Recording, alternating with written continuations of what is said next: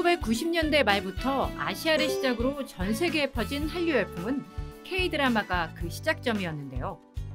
이제는 K-팝은 물론 OTT 채널을 통해 오픈된 다양한 K 콘텐츠도 세계적으로 주목받고 있고, K-뷰티와 K-푸드 등 생활과 문화 전반으로 한류의 입김은 거세졌습니다. 중국에서 특히 인기를 모았던 K-뷰티와 K-패션은 최근 그 바통이 일본으로 넘어가고 있는데요. 지난해 말부터 일본에선 제4차 한류라는 말이 나올 정도로 우리나라 화장품과 패션에 대한 수요가 높아졌습니다. 이번 라쿠텐 그룹사가 일본 여성의 연령별 주요 패션국 선호도에 관한 설문조사를 한 결과 일본 여성들은 전 연령층에서 선호도 1위로 한국 패션을 꼽았는데요. 특히 10대의 경우 한국 패션 선호도가 77% 이상으로 나타났습니다. 현재 여성 패션 플랫폼 지그재그와 브랜디는 이커머스 앱 등 다양한 방법으로 동대문 K-패션을 일본 시장에 소개하고 있습니다. 국내 패션 플랫폼 점유율 1위로 떠오른 무신사도 첫 번째 해외 진출 국가로 일본을 택했고, 지난 1월 일본 법인을 설립했습니다. 일본의 온라인 시장을 공략하고 나선 K-패션은 앞으로 그 흐름이 더 강해질 것으로 전망되는데요. 산업통상자원부 또한 한국패션산업협회와 손잡고 해마다 연말에 대한민국 패션 대전을 펼치고 있습니다. 이를 통해 전 세계에 K-패션을 이끌어갈 글로벌 브랜드를 키우고 수상자들에게 각종 지원에 나선다는 방침입니다. 디자이너와 브랜드, 온라인숍을 통해 국내 패션계가 해외 시장 진출을 위한 또 한 번의 기지개를 펴고 있습니다. K-패션이 이끌어갈 새로운 한류 바람, 세계로 향한 거센 질주가 기대됩니다. K-팝, K-드라마, K-화장품. K로 시작하는 한류 열풍에 관한 말들은 전혀 낯설지 않은 단어가 됐는데요. 최근에는 인기 OTT 채널에서 우리나라 콘텐츠가 전 세계 시청 1위를 기록하며 K 콘텐츠의 위상을 높였습니다. 지난 2019년 화제가 됐던 K 콘텐츠에서는 바로 조선시대의 모자, 갓이 화제가 되기도 했었는데요. 한류 열풍에 이제 패션도 한몫하고 있습니다. 오늘 BGN 라이프에서는 글로벌 시장에서 주목받기 시작한 K-패션에 대해 알아보겠습니다. 네, 저희가 지금 한 백화점에 나와 있는데 이곳에 굉장히 독특한 패션 브랜드숍이 오픈을 해서 주목을 받고 있다고 하더라고요. 그래서 저희가 오늘 이제 기자님이랑 같이 K-패션에 대해서 탐방을 하러 왔는데, 그 전에 기자님께서 올 가을과 겨울 패션 스타일을 좀 제안해 주신다면요? 일단 저를 보시면 아시겠지만 트렌치코트, 네, 그렇죠? 트렌치. 예, 간절기템, 정말 이거 하나면 다 된다, 이런 이제 인식을 가지고 있는 아이템인데 네. 사실 이거 한 벌밖에 없어요. 아, 저도 트렌치코트 한 벌밖에 없습니다. 그래서 이제 겨울까지 입을 옷이 없기 때문에 제가 그 스타일링 조언을 얻으려고 이곳에 온 겁니다. 네, 그럼 이 매장인 것 같으니까 저희가 들어가서 이 K-패션의 현 주소와 미래에 대해서 알아보도록 하겠습니다. 들어가 보실까요? 와.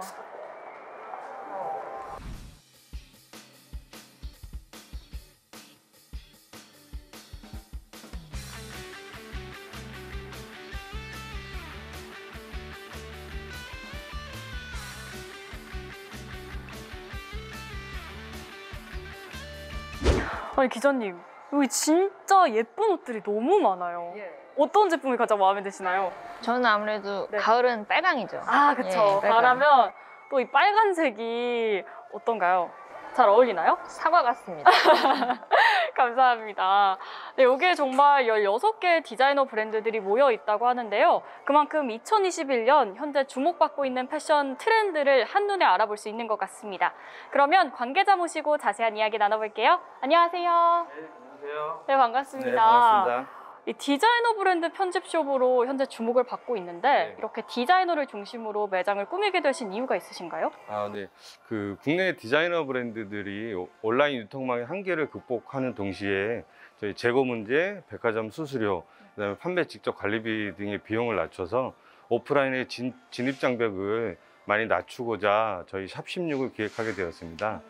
네, 알겠습니다. 패션업계에서 이렇게 편집숍 플랫폼이 활성화된 게 언제부터인가요? 일단 저희가 이제 백화점 편집숍에 왔으니까 이 백화점 편집숍 위주로 좀 흐름을 짚어드릴게요. 네. 일단 편집숍 자체의 역사는 사실 20년이 넘었습니다. 굉장히 오래됐죠. 예, 근데 이제 지난 2000년도에 지금 이제 신세계 백화점이 분더샵이라는 곳을 통해서 이제 편집숍의 개념을 처음으로 선보였고요. 이제 이어서 이제 롯데백화점, 현대백화점도 각각 2005년, 2006년에 이렇게 편집샵을 선보이기 시작했습니다. 근데 최근에는 이제 패션 하나만 선보이기보다는 좀 이렇게 카테고리를 세분화하는 추세라고 해요. 그래서 이제 신세계 분더샵의 경우는 뭐 여성, 남성, 슈즈, 뭐 아동 이렇게 이어서 지금 뭐 스트리트 패션 또 이렇게 맞춤 셔츠 이런 식으로 이제 굉장히 세분화되고 있다고 하고 또 이제 현대 같은 경우는 업계 최초로 좀 동물 실험을 진행하지 않거나 아니면 이제 친환경 상품 위주의 좀 클린 뷰티 편집샵을 선보이고 있다고 합니다. 그렇다면 패션업계에서 이런 플랫폼이 필요한 이유는 무엇이고 지향점은 또 무엇일까요? 국내 디자이너들이 매장을 내기란 쉽지가 않은 일입니다. 네. 국내 백화점은 사입이 아닌 특정 매입 형태로 운영을 하다 보니 전 재고의 몫은 디자이너 몫으로 돌아가게 되어 있습니다. 그래서 샵 16은 이러한 문제점을 보완하고자 현실적인 디자이너들의 현실적인 운영을 할 수 있게 샘플만 진열을 하고 쇼룸 형태의 매장으로 기획을 하게 되었는데요. 고객들은 이 앱을 통해서 주문을 하고 택배로 배송을 받는 시스템입니다. 이는 신개념 오포 쇼핑 공간으로 국내 패션 업계에서는 최초로 시도가 되었고요. 온오프의 장점만을 저희가 접목을 시켜서 오프라인 고객들에게도 빈손 쇼핑이 가능하게 되었고요.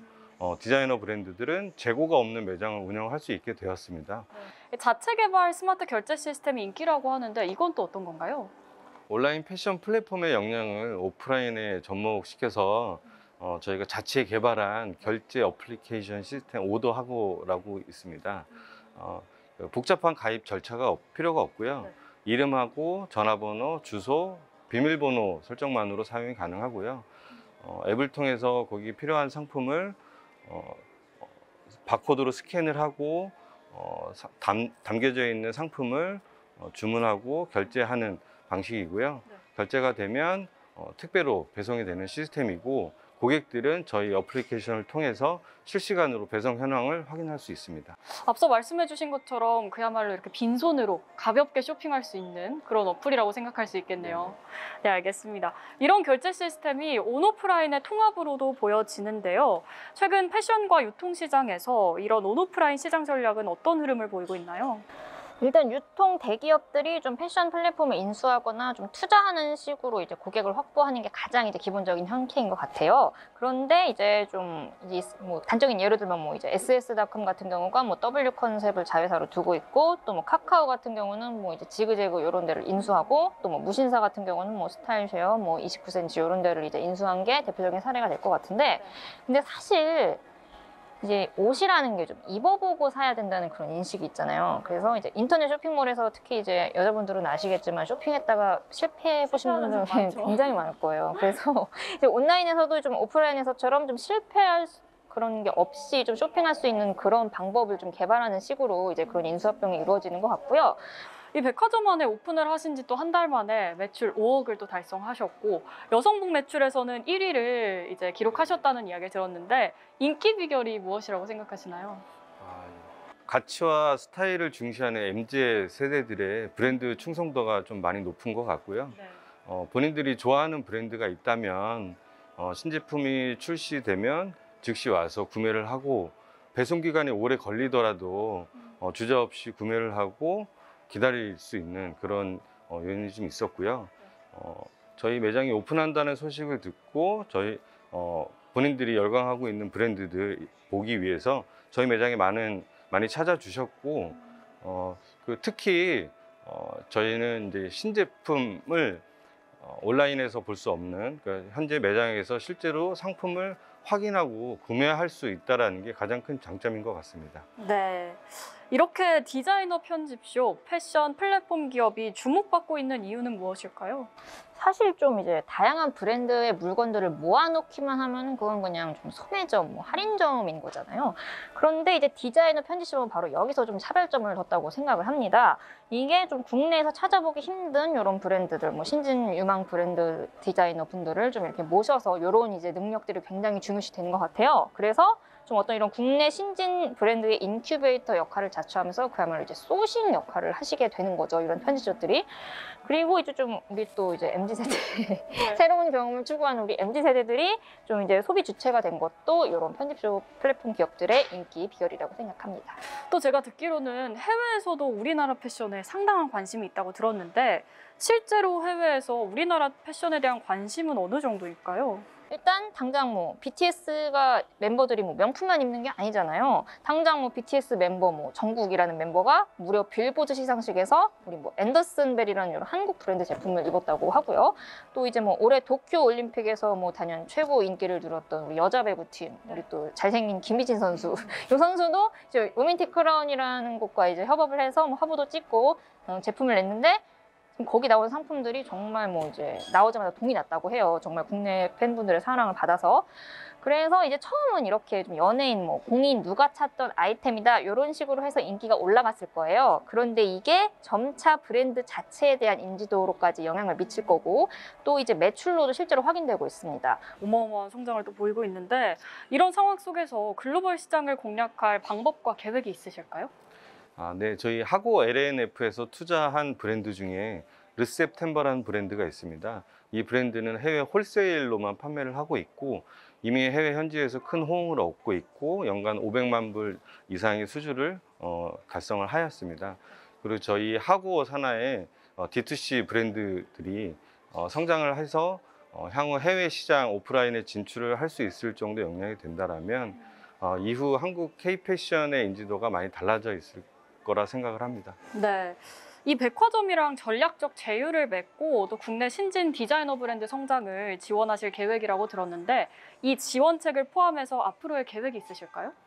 저희 하고에서 투자한 브랜드가 총 9개 업체에 20개 브랜드가 되어 있고요. 지금 저희 이 샵 16 매장에 그중에 14개 브랜드가 입점을 하였습니다.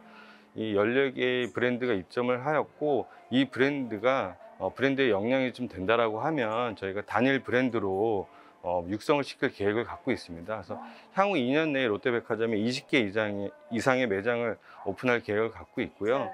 이런 브랜드들을 계속 육성을 시킬 거고 앞으로도 꾸준히 국내 디자이너 브랜드를 성장시키는 인큐베이터 역할을 하게 될 것입니다. 네. 그럼 마지막으로 K-패션의 인기와 성장 가능성에 대해서 두 분께 한마디씩 부탁드려볼게요. 기자님 먼저요. 저는 이제 간단하게 앞으로 오픈런은 샤넬이 아니라 하고에서 있을 날이 멀지 않았다. 네. 이렇게 드리겠습니다. 오픈런은 앞으로 하고에서. 저도 하고에서. 정말 공감하는 것 같습니다. 말씀 한마디 부탁드릴게요. K-컬처, K-컨텐츠, K-뷰티 등 다양한 분야가 글로벌 시장에 진출을 해 있는데요.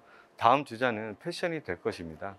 개인의 크리에이티브를 다루는 디자이너들의 성장은 무궁무진한데요. 아이덴티티가 뚜렷한 디자이너들의 다채로운 스타일은 곧 해외 시장에서 주목받게 될 것입니다. 네, 말씀 감사합니다. 정말 말씀해 주신 대로 이 K-패션의 성장 가능성 앞으로가 더 기대되는데요. 오늘 도움 말씀 주신 두 분 감사합니다. 감사합니다.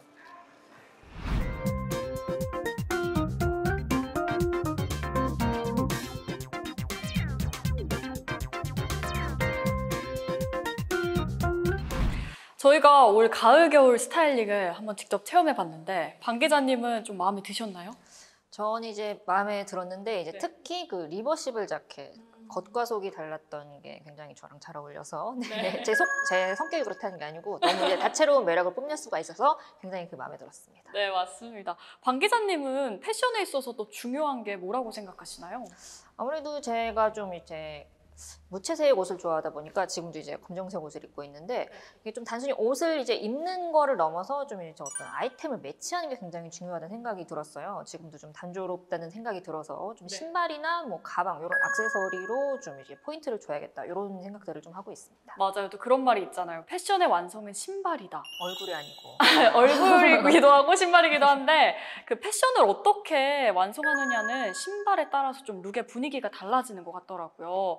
그래서 저희가 지금 이렇게 신발이 가득한 매장을 한번 찾아와 봤는데 한번 일단 둘러보실까요, 같이?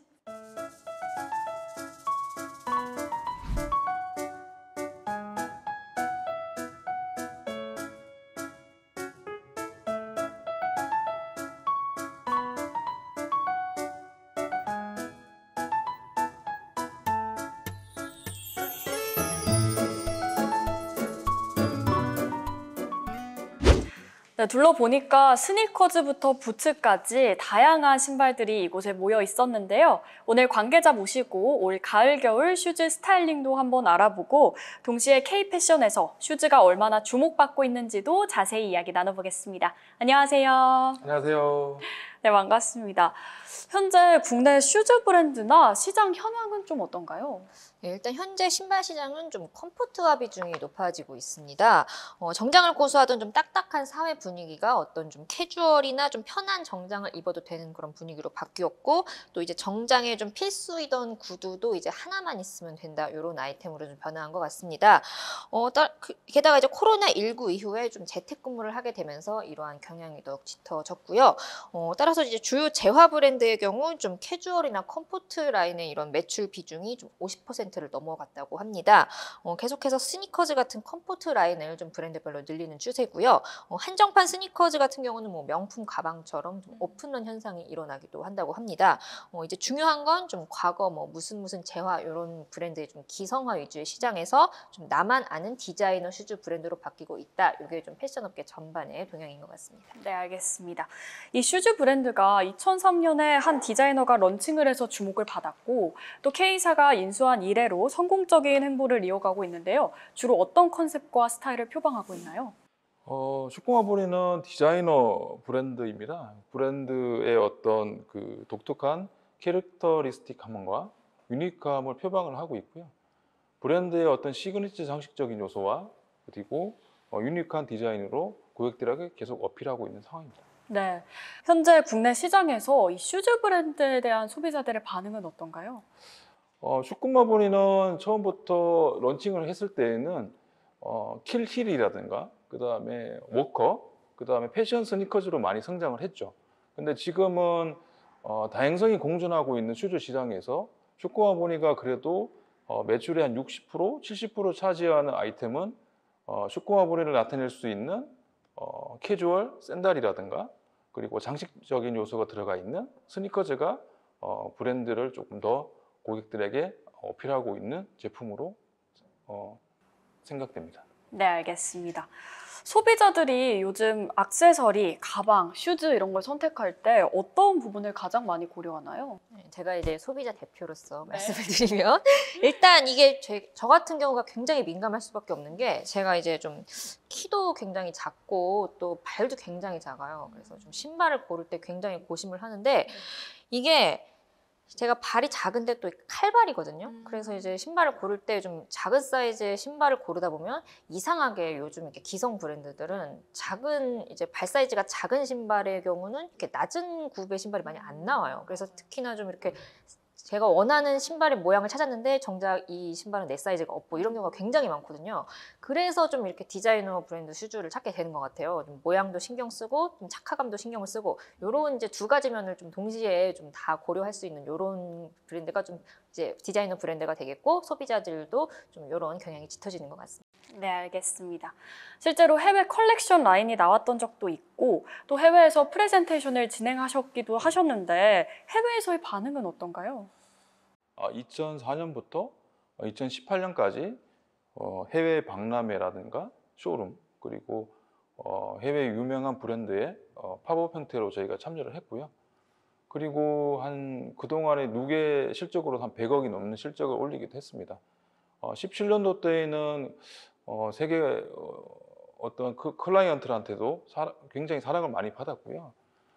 그런 상황에서도 지속적으로 저희가 노력을 하고 있는 상황인데 19년도 코비드 이후로 사실 해외 진출에 대한 부분은 조금 더 지금 미진행이 되고 있는 상황이고요. 내년 FW부터는 해외 진출에 대한 계획은 지금 준비하고 있는 상황입니다. 네, 그렇다면 혹시 뭐 준비하고 계신 새로운 기획이나 계획이 또 있으시다면 한번 여쭤봐도 될까요? 최근 슈즈 시장이 참 많이 좋지는 않습니다. 국내 브랜드들의 어떤 백화점 탈가속화가 지금 시작이 되고 있고요. 앞으로는 명확한 어떤 강점을 가진 브랜드만 생존할 가능성이 높다고 생각합니다. 그래서 저희 슈쿠마부니도 그런 강점, 유니크함을 바탕으로 여러 가지 시도를 준비를 하고 있는데요. 단계적으로 고객의 어떤 소비 채널의 유통 변화에 대응하기 위해서 온라인 전용 상품이라든지 슈즈의 어떤 그 경계를 허물을 수 있는 패션 아이템 확장까지도 지금 고려를 하고 있습니다. 네. K-패션 시장에서 액세서리, 가방, 슈즈 이런 것들의 입지나 역할, 성장 가능성은 어떻게 될까요? 지금 이제 이 슈즈와 핸드백만 지금 놓고 봐도 지금 전체 패션 시장에서 한 14% 정도를 차지한다고 합니다. 여기에 이제 좀 신발을 포함한 어떤 스포츠웨어까지 합하면은 그 비중이 31%로 훌쩍 뛴다고 합니다. 중요한 거는 이 수치가 지금 코로나19로 패션 시장이 침체기에 빠졌을 때도 거의 비슷하다는 거예요. 그 말은 앞으로 위드 코로나와 함께 소비 심리가 좀 개선이 되면 정말 폭발적으로 성장할 수 있는 이런 수치라고 할 수가 있는데, 따라서 지금 요즘 이제 K-팝이나 어떤 K 콘텐츠 이런 걸로 이제 한국에 대한 주목도가 높아진 상황에서 좀 K 패션이 그 수혜를 입지 않으리는 보장이 없고, 또 이제 벌써 우리 슈코마보니만 해도 이제 해외 편집숍이나 이런 백화점에서 두각을 나타내고 있으니까요. 결국 요약하면 지금 우리 이제 K 패션 K 잡화의 역할은 이미 하고 있고 앞으로 성장 가능성은 무한대다, 이렇게 요약을 해드리겠습니다. 네, 올 가을 겨울에는 어떤 슈즈가 인기를 끌 것으로 보이시나요?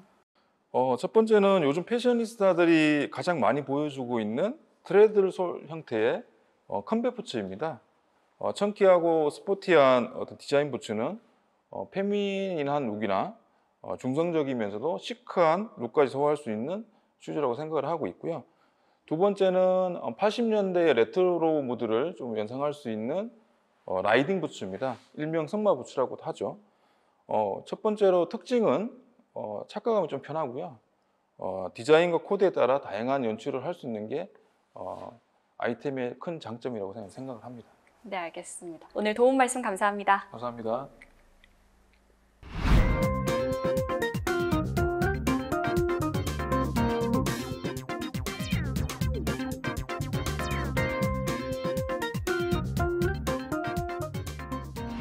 과거 우리나라의 복식은 신분과 직업을 나타내는 표식이기도 했는데요.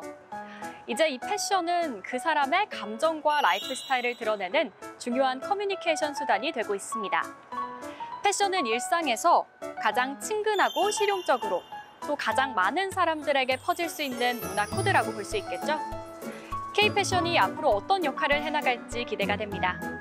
세상 돌아가는 이야기로 가득한 BGN 라이프. 다음 시간에도 흥미진진한 주제로 다시 찾아뵐게요. 감사합니다.